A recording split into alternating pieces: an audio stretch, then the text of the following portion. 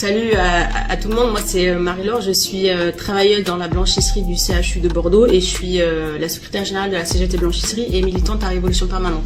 Si je fais cette vidéo, c'est pour vous parler en fait de la dinguerie qu'a sorti Catherine Vautrin dans un communiqué où en fait elle nous explique en gros que les hôpitaux vont devoir être réquisitionnés pour la guerre qui va se généraliser en mars 2026, que les hôpitaux doivent se tenir prêts à accueillir des milliers de blessés en cas de conflit armé en Europe et de même elle évoque aussi la possibilité quand même de construire des hôpitaux à proximité de points d'accès et d'acheminement stratégiques, qu'ils soient en fait ferroviaires, maritimes ou aéronautiques, afin d'accueillir puis de pouvoir réacheminer vers leur nation d'appartenance les blessés, qu'ils soient civils ou militaires, par centaines de milliers. Mais c'est une dinguerie. Déjà qu'en fait on galère dans les hôpitaux entre moins de moyens pour pouvoir soigner et accueillir la population et qu'en plus de ça on est payé une misère.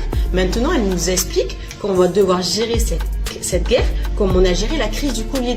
Mais là réellement c'est nous prendre pour des cons, parce que la crise du Covid, heureusement qu'en fait les travailleurs et les travailleuses de la santé étaient là et ont retenu présent lors de cette pandémie.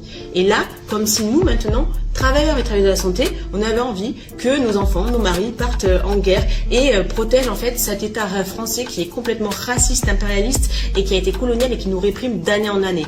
De la même manière, on a vu que le gouvernement, il a affiché sa volonté d'embrigader la jeunesse et les enseignants dans sa marche vers la guerre.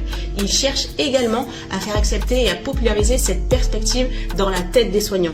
Contrairement en fait au Covid-19, la guerre entre les impérialistes, elle n'est pas d'un enjeu de santé publique. C'est une entreprise de destruction massive dans laquelle nos patients et nous-mêmes pourrions être envoyés au front pour affronter d'autres travailleurs qui eux aussi sont sacrifiés sur l'autel des intérêts de ceux qui nous exploitent et qui nous maintiennent depuis des années dans cette situation de détresse. Nous devons au contraire combattre la militarisation et la hausse des budgets militaires et arracher des investissements massifs pour la santé, financés exclusivement par les grandes fortunes.